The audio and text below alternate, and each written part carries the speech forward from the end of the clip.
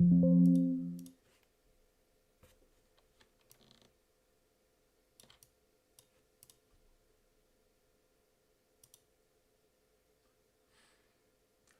evening, everyone. I hope everyone is doing all right. You're going to have to bear with me because I'm probably flying solo tonight on the chat, so I'm streaming from my place instead of letting Aidan do all of the heavy work. So if you guys can let me know that you can hear me and that everything's connecting all right, that would be great. And yes, you're absolutely right, Lazy. This is a very strange looking Aidan, and unfortunately his old age wisdom is going to be in massive amounts of missing tonight. So how is everybody doing? Are you guys all right? What we're going to be doing this evening is it's coming through really low. Okay, cool. Hold on. Let's just do our usual.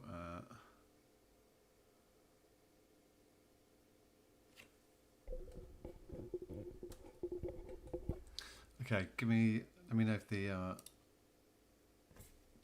volume is getting any better.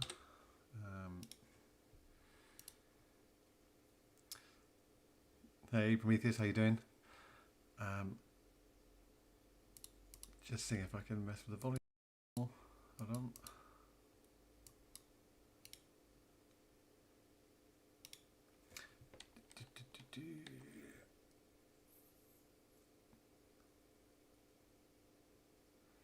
Yeah, I'm just going to turn my mic up some more.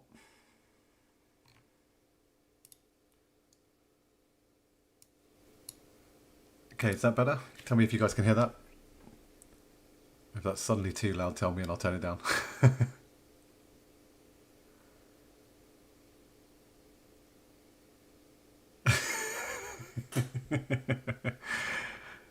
Parafoxone, that's good. Well, I don't know whether that means you've now turned your volume up and I'm now deafening you, or we're all good. Okay, well, let me know if it's okay. It's good, nice, right. What we're basically going to be doing is I've got an RTT coming up on Saturday, and for that it's going to be a single day. It's going to be 3 rounds. It's in St Albans run by a Darkfire Cafe. So if any of you are ever that way, definitely worth going to check out. Really good bunch. They are cool. Good to know the audio's better. They they always have some really good players in there. I've played I think it'll be my 3rd or 4th RTT there, and one of them I played was against the world #1 ranked World Eaters player, which was fun, and that was right at the start of I think that was the tail end of 9th, start of 10th perhaps. Good evening, Zito. Hope you're doing well. So that was quite a fun experience. That was on one of the top tables, which was good, but yeah, not. Shish, fake, disgustingly resilient podcast person. That's don't worry about him. He's a hacker. So we're not going to pay attention to him. That's been really good. So what we're going to do is I've got Battlescribe up on the screen, and hopefully what we're going to be able to do here is I'm going to put in the list that I'm thinking of taking.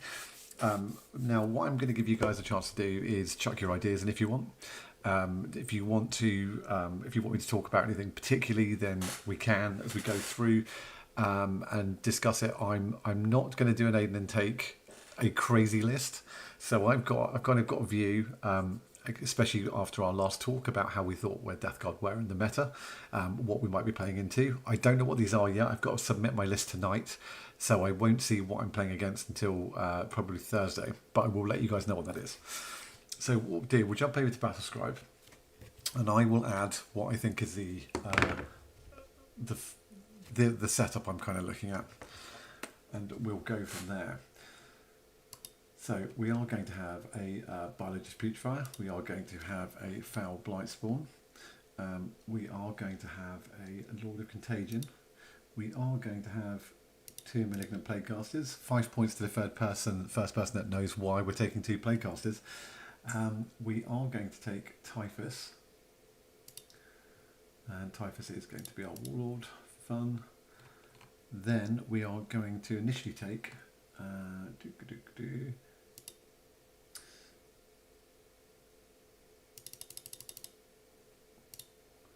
We're going to take 10 Plague Marines.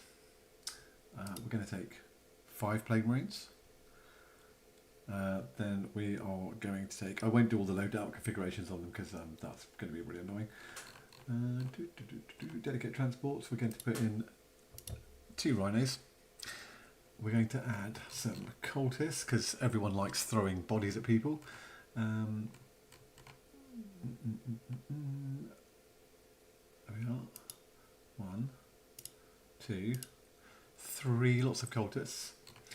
Now some of you will probably be surprised to know that I'm actually not going to take any Dash Rod Terminators to this. Lies, of course I'm taking Dash Rod Terminators. So we will take a big brick of those. Then we're going to take allied units. Erglings, Rotigas, and then just bear with me, I've just got to lean over to look at this, it's just over in the corner.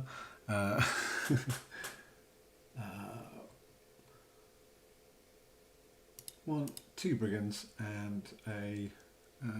actually I think I've put 3 brigands in here at the minute. Right. Let's just collapse some of these down so we can see them all on one page.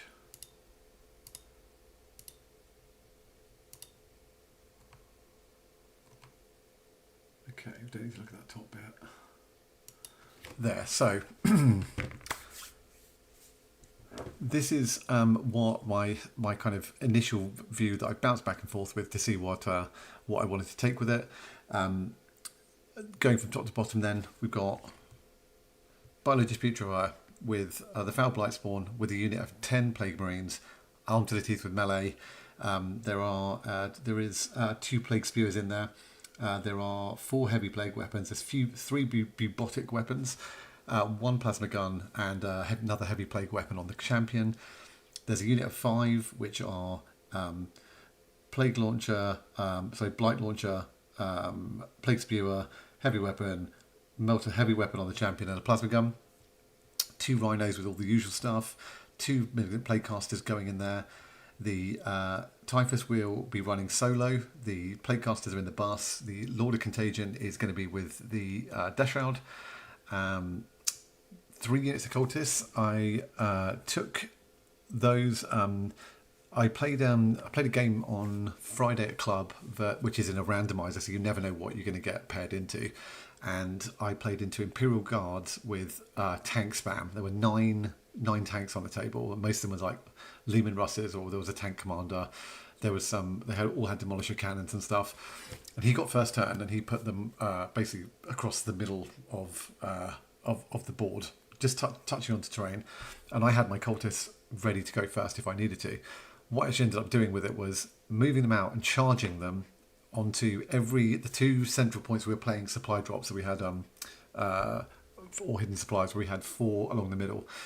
I charged and tied up and with his wall of metal with wall of bodies, and it basically stopped him out OCing me in his turn, so I stopped his primary. But also, if any of them lived, then his tanks were still in combat, and therefore they weren't shooting anything else particularly apart from those. And it actually turned out that a couple of cultists in each squad actually survived and kept the tanks there, which then allowed me to basically kind of rapidly ingress my Death Shroud, move Rotigas in on a deep strike and make a 9-inch charge, which he made. And then the Death Shroud came out from behind the wall. They attacked 2 tanks. They killed those. Rotigas killed the other. The Brigands killed another one. I think I killed 4 tanks in turn 2.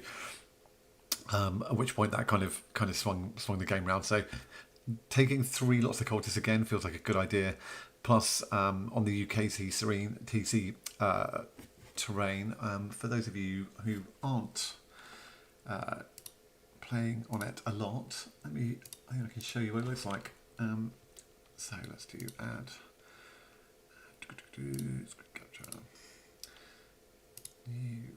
Yep. Okay.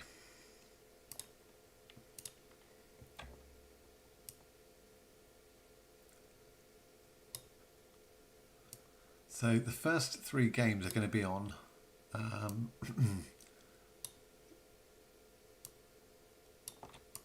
these missions. So I'm going to move myself over and we'll put that here. So there's quite a big gap here for movement. There's quite a gap to get to this one. And obviously if you get first turn, we can jump out onto this one and infect it. So I think actually having 3 units of cultists to do things, or even having one back to screen is a good idea. On this one, we have mission 2.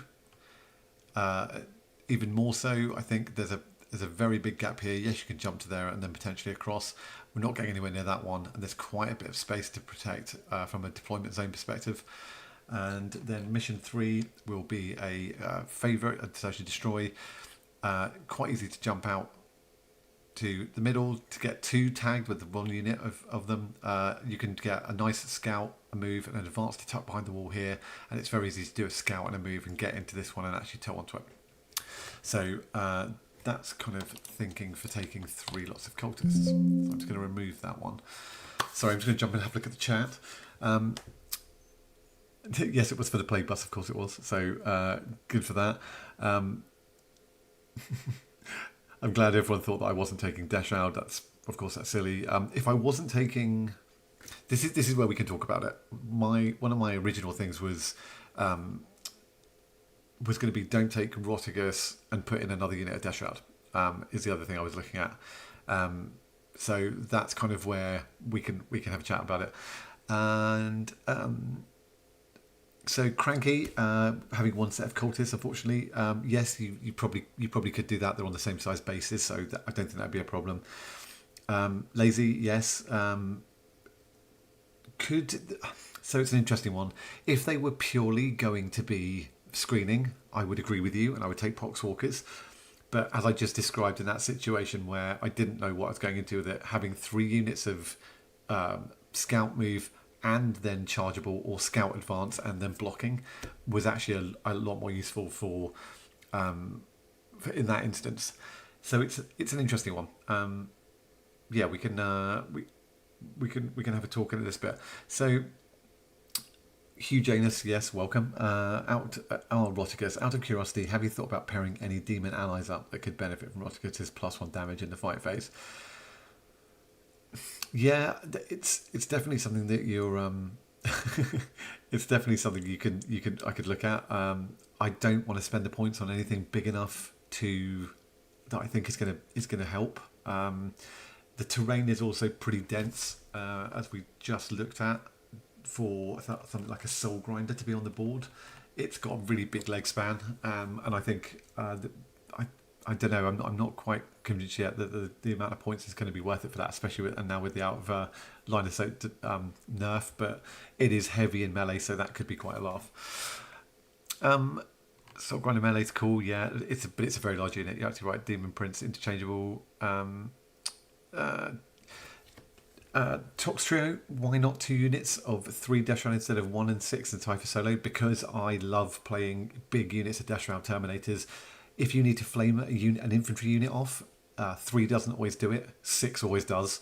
If you get into combat, 3 doesn't always kill and often doesn't kill a vehicle. 6 does kill almost anything in the game. Put them into combat with the Lord of Contagion, re-rolling all of your hits, so you're fishing for 6s. You can pop sustained 1-for-1 CP or extra AP, and that will absolutely wreck vehicles. The Death Shroud killed 4 tanks in my game I played on Friday, so that's why I'd absolutely go for the big brick. But saying that, it doesn't mean I'm right. I really like playing a kind of quite sledgehammery version of Death Guard. My opponent said, actually, he was like, "Oh, you kind of lulled me into a full sense of security because you were kind of keeping back." And on my go turn, I basically crippled him. I like to kind of play a very much a counter-punch version of Death Guard, whereas his Aiden will play a very toolboxy version. Even when I had the Brigands in that list and things, I moved them into position and then brought all my firepower out at the same time. I dropped Roticus in and made a 9-inch charge.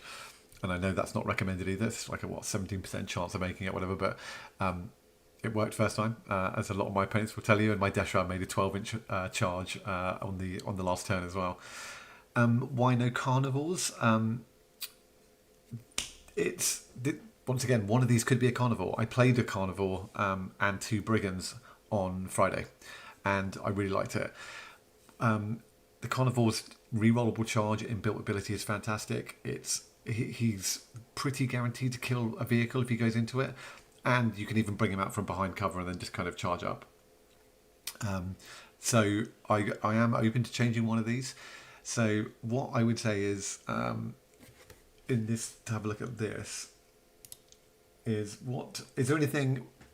I'll give a couple of you can jump in. What would a couple of your immediate changes be to this list? You can change one thing each, and I'll talk through a couple of them. And sorry, who also said it was their first outing with Death Guard?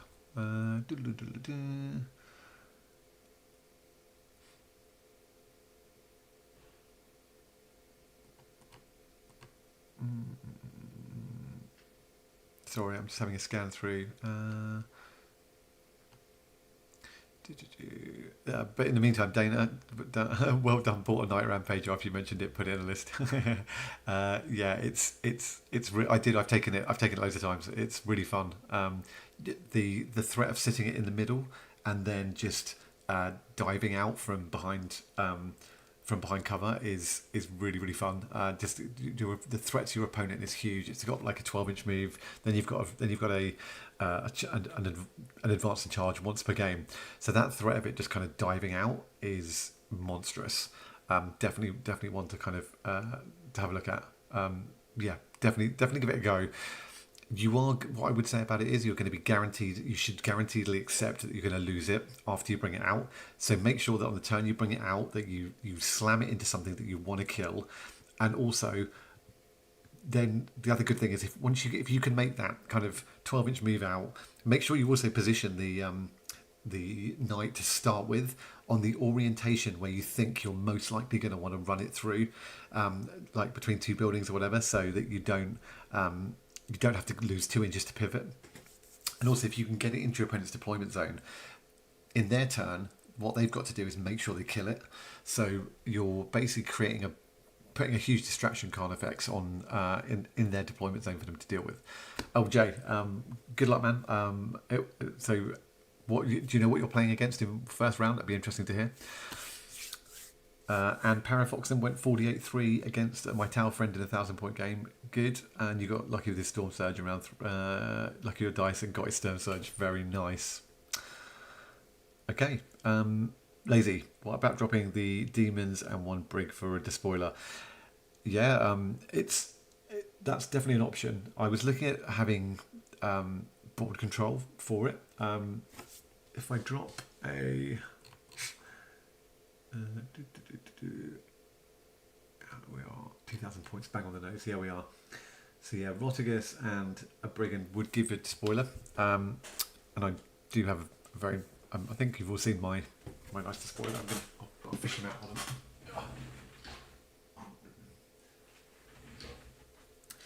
And because I'm not doing this through Discord, there's no blurring effect on, so you can probably see him quite well. So I know those aren't the battle cannons, but I think they look much nicer and they're basically the same size. So I would bring those. There he is.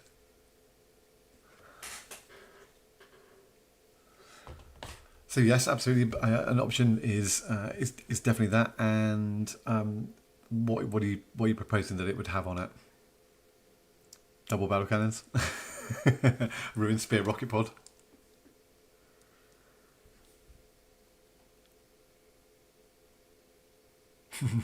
Yeah, Para. When they do go off and you just roll high for your shots, you roll high for your entropy cannons, and they just lethal. It's really fun.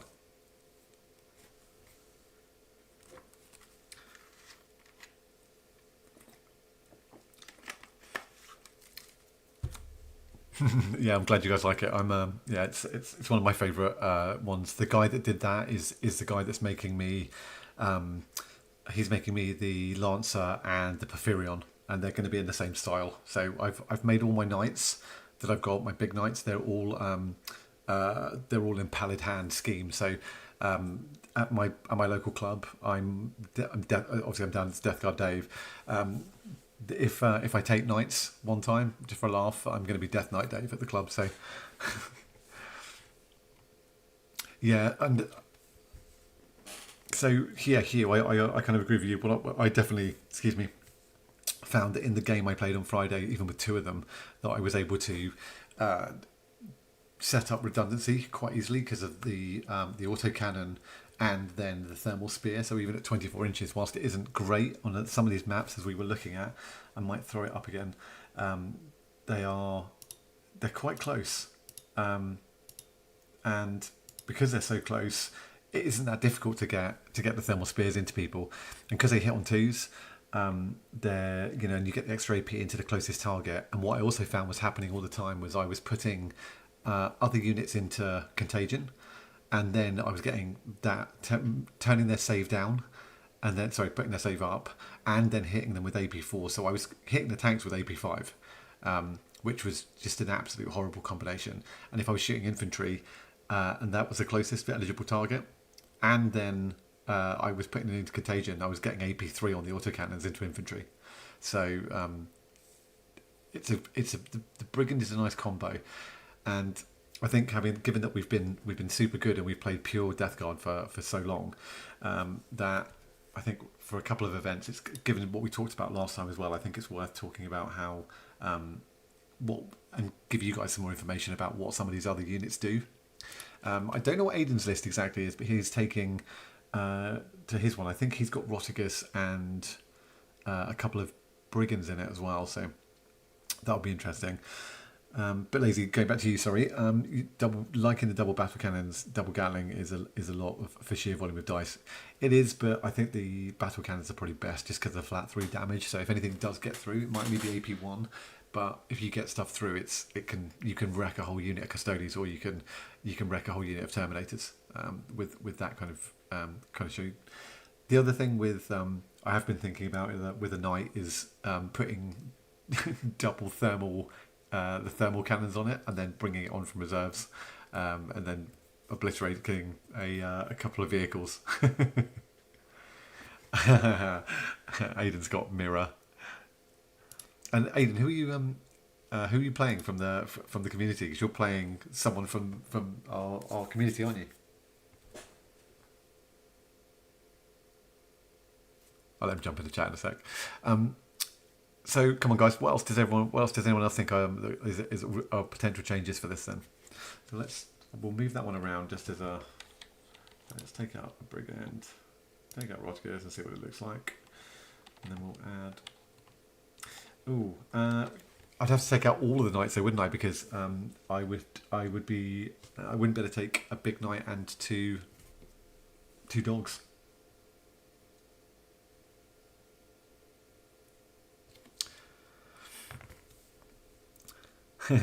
Joseph Reed. That's going to be cool. So let's put the despoiler in and then just see what that looks like. Chaos Knight, despoiler, boom. Okay, so suddenly we've got another 210 points to play with.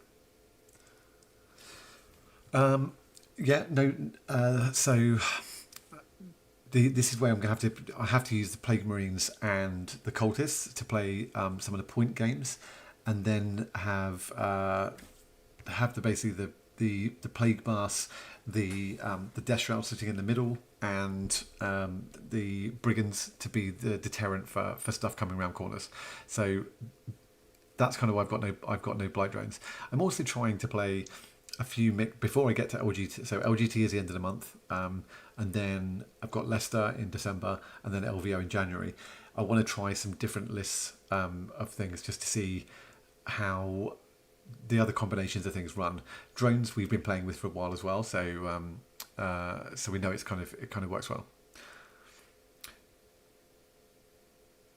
Right, combining a regular Great and Clean one and about kind of the spoiler for -2. So where is the other -1 toughness coming from the despoiler? I know the Great and Clean one can do it, and then obviously we can. Obviously, you're just saying just stack it with Death Guards -1.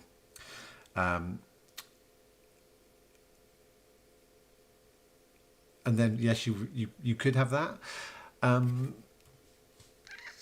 it's an interesting one. Let's put Great Unclean One in and see what that looks like. And then I need, yep, that's fine. So we've got 80 points left then, and we don't have any. We haven't got any enhancements on, so there's nothing to lose for the extra 10 points you need for a drone. So I think in the case of having 80, I'd either put in some Chaos Spawn or it's alright, Hugh, don't worry about it. I'd either put in Chaos Spawn.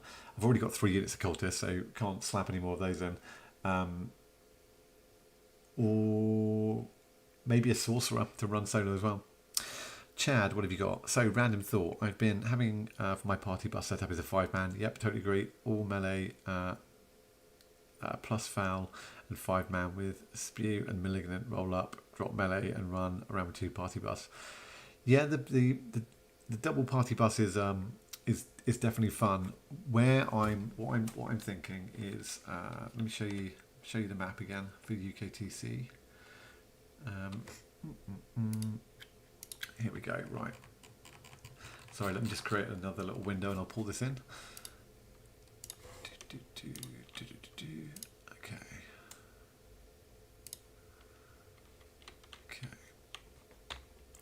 So bear with me, Aidan gave me an absolute crash course in this in about 6 minutes, so I'm hoping I'm not ruining this for him too much.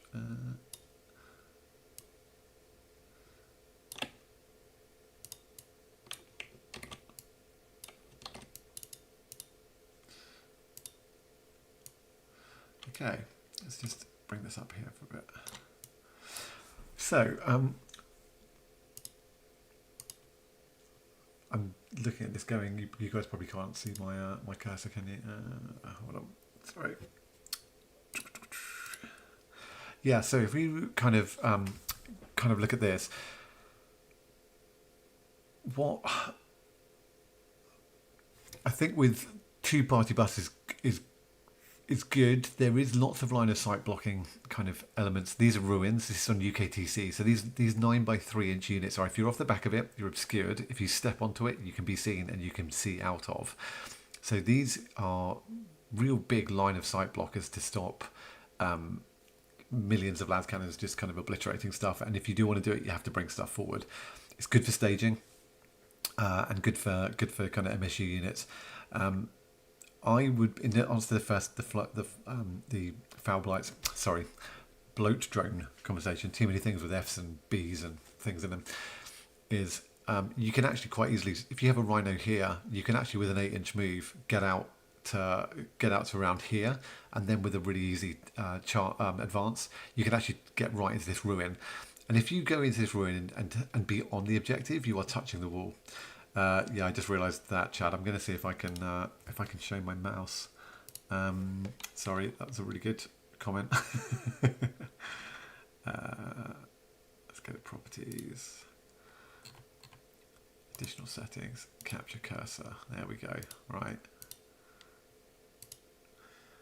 Okay. Ta-da! Cool. Okay. Hopefully it's flickering a bit, but hopefully you guys can see it when it's moving.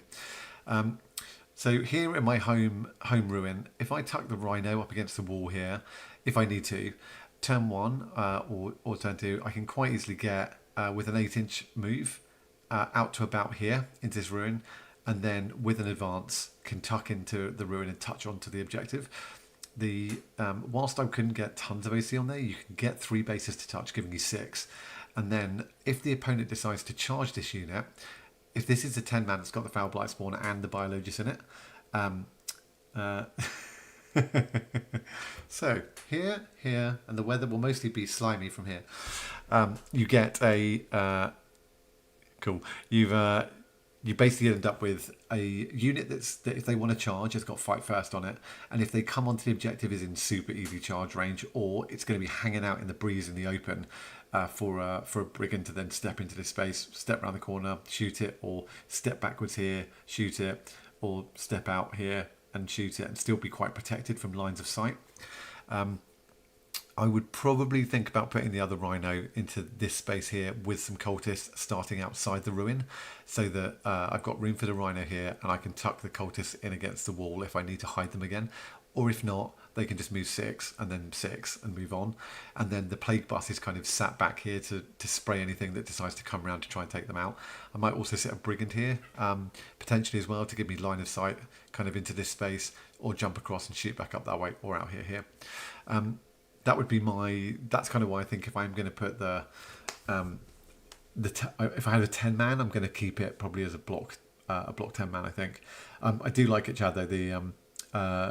The party bus 5 up with 5 man is good, and a 5 man with that, but it gets really expensive. I can't have a 5 man, 2 5 mans and a 10 man, and I think enough firepower to deal with some of the other kind of armies that are on the table.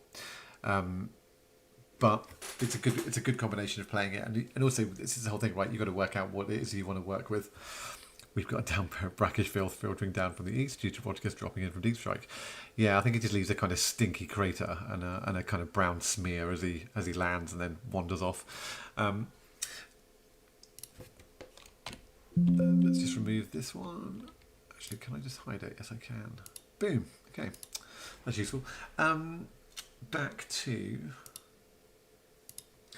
the list.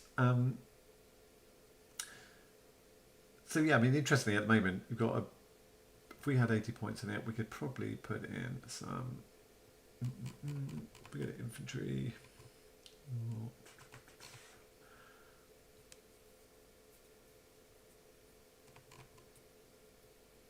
Oh, chaos spawn. Marines. If only possessed was still a thing. Yeah, so you could drop in 2 more chaos spawn to give it an easy way to get some extra movement. They can go through buildings. They've got an 8-inch move.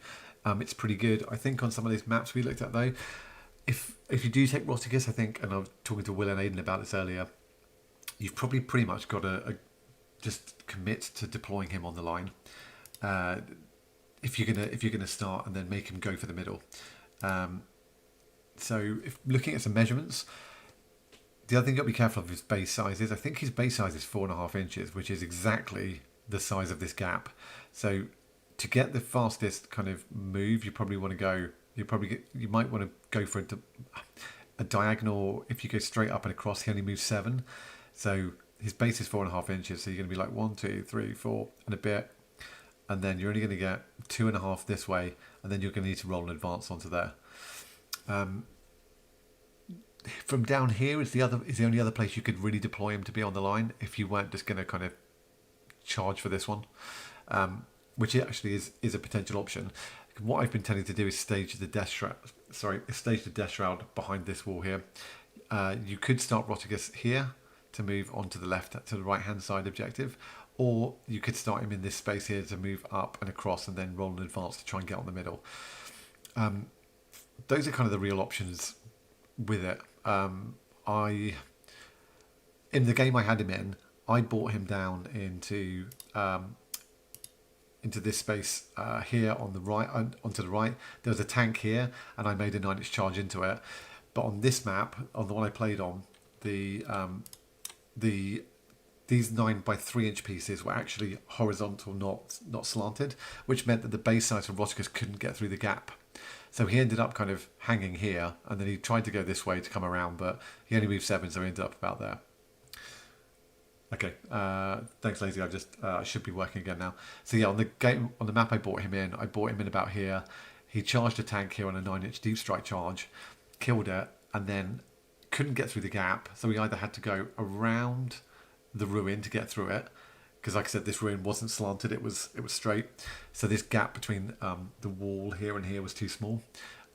He ended up going to the right here and then having to come through this gap here. So we didn't get particularly far after he came in. Lord of Virulence, give you options on the table and take an extra unit that can deep strike for things like behind enemy lines. Then you can do parent deep strike with LOC or LAV. Yeah, it's not. That's if I was taking a lone character, that's certainly not a bad call. Let's have a look. back at Battle Scribe. So let's take those guys out. Now, what we are obviously doing by adding the LOV in as well is, I mean, we're maxing, yeah, I mean, we've more than maxed Assassinate anyway with this kind of setup. But I actually think that's kind of a Death Guard thing at the moment. Anyway, is we end up kind of giving up Assassinate a lot because we're needing to take a lot of characters. Don Huson's 30 character list definitely gives up maximum bring it down. Sorry, maximum Assassinate. This list also with Brigands and Rotigus does give up. Excuse me. Does also give up bring it down heavily as well as Assassinate. It's a very easy double direct one to take. But the good thing with it is that it does force your opponent to have to come and get you, or have to come out and try and kill things. So there's kind of swings and roundabouts to it.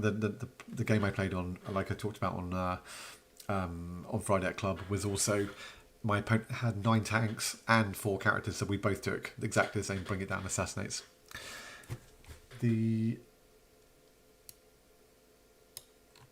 So Plague Marines. What does everyone think to the one Plague Marine list being with kind of all out melee? Any thoughts from anybody on that are going into the and kind of that move into the ruins that I was talking about, to kind of protect that and kind of put my opponent off kind of maybe coming and putting something on there?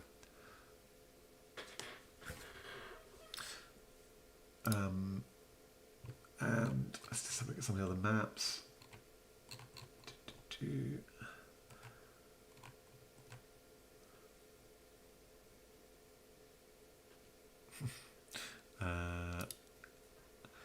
So this is round.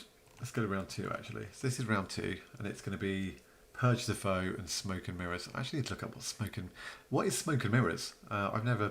That's changed on the mission pack since the last tournament.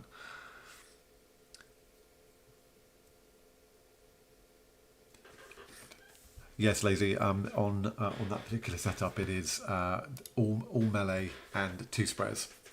Just to make sure that we're really kind of deterrent. Well, actually, 3 sprayers if you've got the Foul Blight spawns.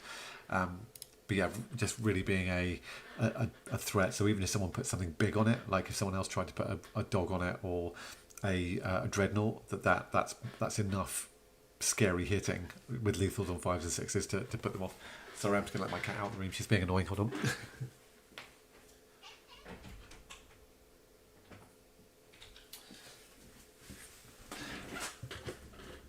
Cover on round 1, and I think you can do. Okay, cover on round 1, and I think you can't. Yeah, you can't do. You're right. You can't do normal stratagems. So that is an interesting one for putting. That's an interesting one for putting Rotigus on the line. But I guess this is another interesting one about putting him on the line. Is if you put him here, he can't go through walls, so. He's going to end up having to go this way or this way. So if you're going to put him on the board and put it might even make sense to put him down here and try and move and try and go for this objective to be a real pain in the arse. I would probably stick my Death Shroud on the table here and move them into the ruin along with some cultists. So you could throw the cultist onto the point. I might even throw 2 units of them onto the point potentially, and then have 5 Death Shroud to sit in the back behind them. Up here, you could put Rotigus here and then move him 7 and push onto this point, which could be good. Equally, cultists that could start on the line, they can move 6, advance to get onto that. You could even stick a Rhino behind this wall as well. Sorry, I know it's keep saying mouse. Sorry guys, it's because I'm looking at the editing software here with it on it. Right, so hopefully you can see that. Sorry, hold on. I don't know. I was hoping it was going to say capture. It's going to be back on. Right. Let's see if that works. Yeah, there we go. Okay, so you can start. On this one, cultists can start. Rotigus would probably have to start here. Then you could push him onto this point with a move in an advance, or you could be a real pain potentially. Put him down here right on the line and push for this objective here and just give your opponent something really and give you starting down here and give your opponent something really annoying to look at here. Death Shroud, I would probably start behind the wall here with a unit of cultists kind of able to move in. It's very difficult for your opponent to get a line of fire on them turn one. They'd have to start kind of here and get something down here to get a line of sight over on them.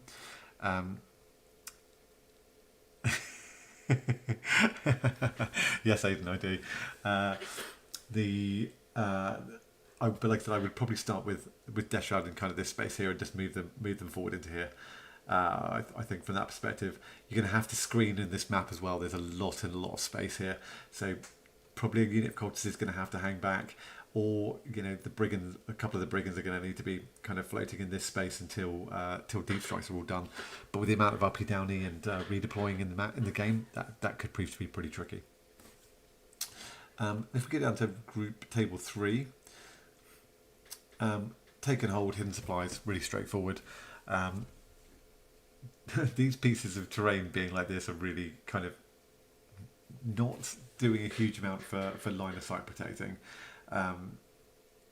But interestingly, if you start a rhino, I'll say this way in that gap where the cursor is, there's you can actually you can get up here very easily, and actually with an advance on it, you can kind of get the rhino mostly behind this wall. It's also not the end of the world if it gets popped from my perspective. From the last couple of games I played here, to drop 10 melee fights first Plague Marines behind the wall, you can get a lot of them into cover from that perspective. Your opponent's not going to want to come around and try and get them, and if there's not enough space to get vehicles or big things through to shoot them, so they have to come this way. And if you're then covering that with a brigand here or a predator in that space to basically counter shoot that unit if it pops its head out, and still be relatively protected from other shooting units, that's kind of a nice thing. It's also good to you can also get a rhino into this space easy. You can get cultists into this space quite easily down here, and you haven't got too much to protect your deployment zone from. So it's good. This is I prefer this kind of closer quarters map where I'm not having to work so hard to get to them, but I still absolutely detest playing 6 objective point maps. It's just for us, and our lack of speed, it's still really annoying. Plus the fact that other people have, as we talked about before, are being able to sticky things with infiltrators, or can maybe jump out. One of the secondaries is completes at the end of your shooting phase, and you might better fire and fade after doing something. Is there any utility to swapping Party Bus to 2 Foul Blight spawns paired with 2 melee spraying Plague Marine squads?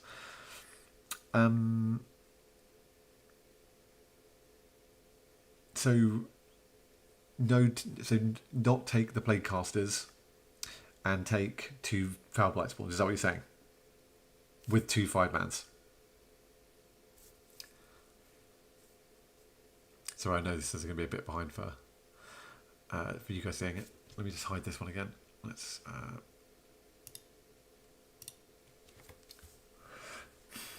If that is, I'll read your comment as you kind of reply to it. But if that is what you're saying on that point, and is there any units you specifically look to slow down with the Plaguecasters? No. So I use the Plaguecasters to kill stuff. I don't use them I don't really care about them being out of the bus and slowing stuff down. The Plague Bus for me is it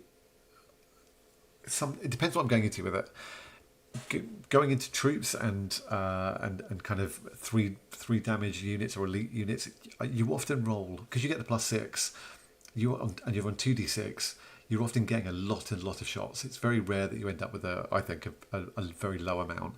So if I'm into infantry, they're there to kill. If I'm starting off shooting a tank, and I can tow the rhino out to get the shots on, I'll often start the damage with those guys, because if you've on 5s to wound tanks, you're not going to get that many of them through. And if that's one of the only things you can actually see, the D3 damage if it goes through, and it's going to be AP2 base on the hazardous, and if you can put it in contagion range, it's AP3. You can really hurt tanks or big vehicles or war dogs or armigers. with them, and then sometimes they only need plink damage to get it off, or you just need one of the brigands to put one thermal spear into it, and it's gone, and then you can weigh up the likelihood of that, and then put the autocannon into an infantry unit, or or declare the rest of your plague marines, your shooty plague marines into it. So I use them like that. If they end up having to get out of a vehicle, then I try, if it's in danger of being blown up afterwards, I'll position it so that a 3-inch jump out will be back behind a wall. That's from my perspective. I don't tend to think about the plague casters on foot. They're very much they're in the tank, and I'm trying to keep it alive for as long as possible as a plague bus. I hope that makes sense. But yes, -4ing someone's movement is high-end dick move, and very much encouraged.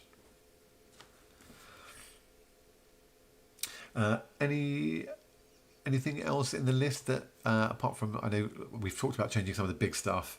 I think changing the plague cast is an interesting idea, and I'll certainly give it. I'll give it a try sometime. I just think since we've come up with it, it's been one of the most effective units for the value and for the points and for the amount of damage it can do. It's just been one of my favourite units that I've ever put down, and I love using it. I like referring to the plague bus. People at club are like, "Oh no, the plague bus," and I don't even have to explain what it is anymore. Everyone knows what the plague bus is. It's destroyed way above its points cost. It's punched well above its weight. So I'm a big fan.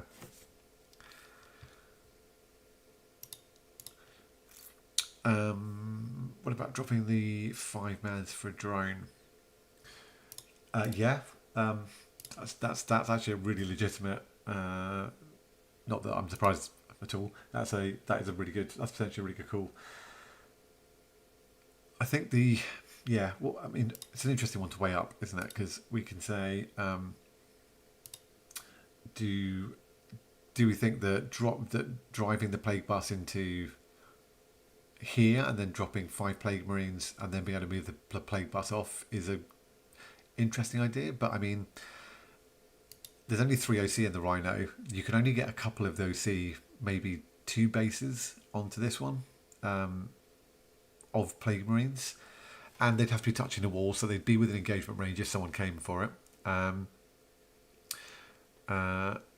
Hey Ballandor, no, what we're basically doing is we're just kind of throwing stuff around at the moment. The LOV was suggested to drop in as a option to swap out for the Lord of Contagion, depending on the matchup. In case it was something with lots of weak one-win models, for example, and that the Flamers might be better there.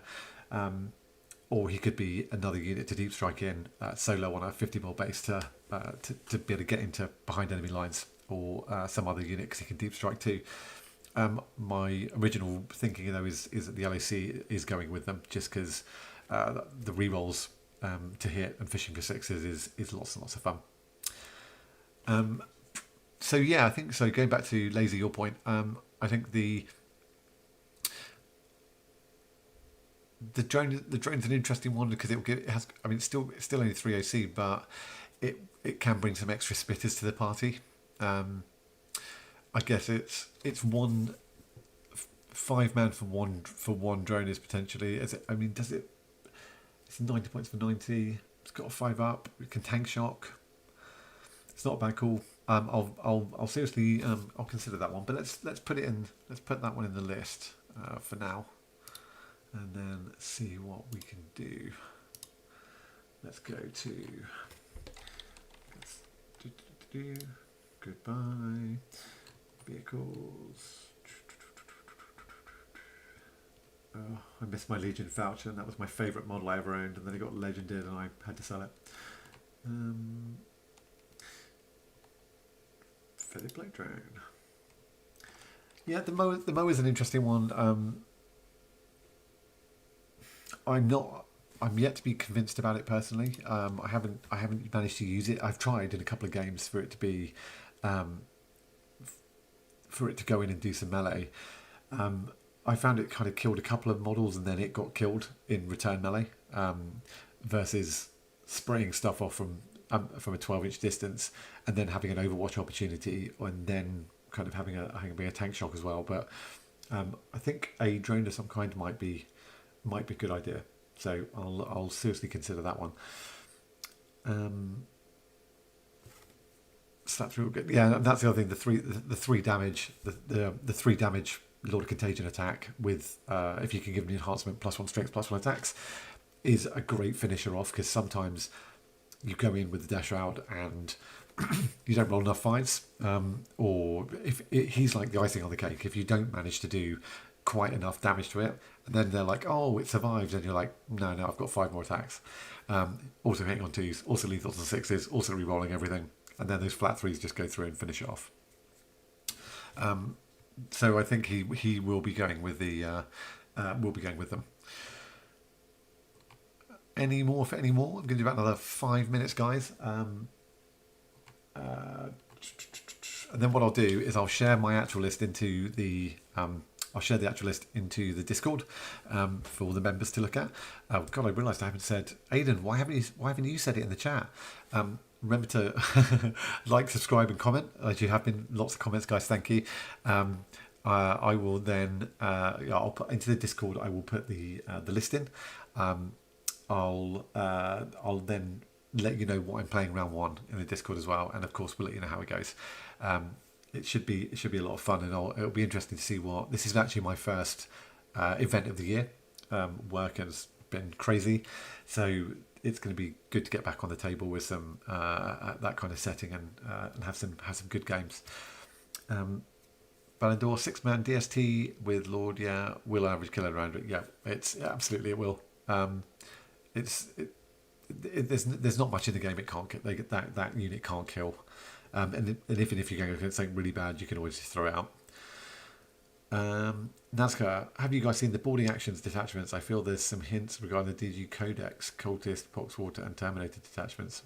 Well, that would be that we were talking previously about how we are hoping that like a Terminus Est Poxwalker unit would come back would be good. That I would be happy to see. I would love a Terminator detachment, given I've got 30 Blight Lords, 18 Death Shroud, and every character possible that's in Terminator armor as a combination, because you can actually put 51 models in Terminator armor on the table as a Death Guard player. You can't put characters with all of them, but you can put some very funny blocks of models on. It would be fun to try sometime, and I think I will.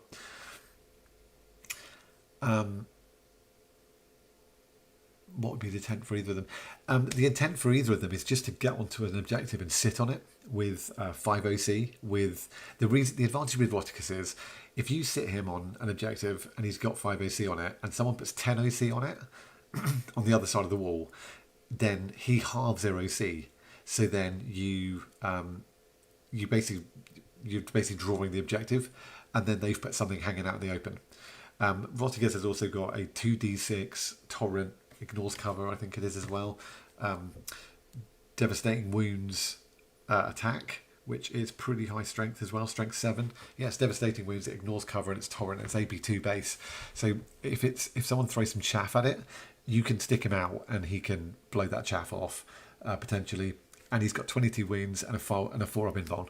So those abilities for him together are good. The Great Unclean one being -1 toughness to a unit within 12, excuse me, is good, and the Great Unclean one is very tough and also very hard to get hold of. But they're both T12, so out of the pair of them, I think I'd go with Roticus personally. Yeah, that's kind of what I think Ballon d'Or, that's what I was talking about earlier. I love the casino cannon on him. It's pretty awesome. Nazca. So the cultist pox detachments. I'll have a look at that. If you drop something to the community, that'd be quite cool to see. I think if you are a member, that would be really, really helpful. Okay, guys, I'll tell you what, I am going to sign off now. I will have a think on this list for the rest of the evening. I'll put something, I've got to submit it tonight, so I will maybe spend another hour looking at it. I'll put it together. I'll share it into the chat, and we'll submit it, and I'll let you know how the whole thing goes. Remember to like, comment, subscribe if you haven't become a member and you want us to look at your list and things like the. The dog's just come to say hello. Hold on. Hello, Ollie. Hey. If you want to become a member, please do. Then you can join the Discord. You can have us look at your lists in the Plague Surgery, which usually happens on a Sunday. We will. Who's just given away 10 memberships?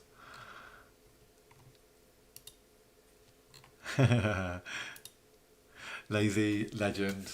Can everybody who has just received a membership please thank Lazy for that?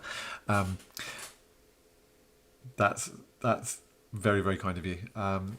So yeah, please do. Like, if you now you can all come and join the Discord. You can come in and drop lists in. Yep, thank you, Lazy. That's very kind of you.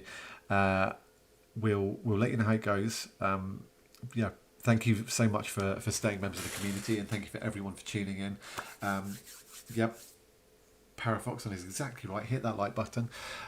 We will be back with some more content. Aidan is at an RTT as we speak, or is on for today. I'm on Saturday. So next week we will have downloads from events. Remember as well, guys, to share your experiences at events. I know people have been doing it. It's really good to read. We read loads of the stuff that's in there. There's so many people now in the forum. It's brilliant that are chatting stuff. Yeah, Aidan, can't wait to see your event recap. And I think we can then compare notes on War Dogs and Rotigus.